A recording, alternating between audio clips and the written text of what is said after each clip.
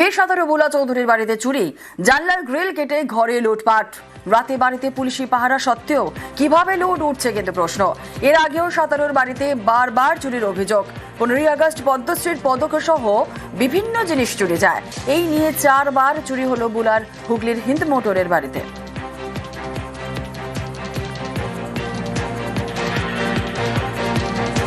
গ্রিলটা খুলে দরজাটাকে ভেঙে মানে জানলাটাকে ভেঙে ঢুকে এরকম তছনছ করে সব কি নিয়েছে এখন আর বলতে পারছি না। পুলিশ তো তারপর থেকে পাহারা দিচ্ছিল, কিন্তু পাহারা দেওয়ার পরও তো আবার দেখছি সেই চোর ঢুকলো, সেই ঘরে ঢুকে সেই তছনছ করে দিয়েছে উপর নিচ। কতবার চুরি হয়েছে? 4 বার। মানে হ্যাট্রিক ভেবেছিল হ্যাট্রিকই বন্ধ হয়ে যাবে, তো দেখলাম যে না, এবারও আবার দেখছি সেই চোররা ঢুকছে বেরোচ্ছে নিজের মতন করে।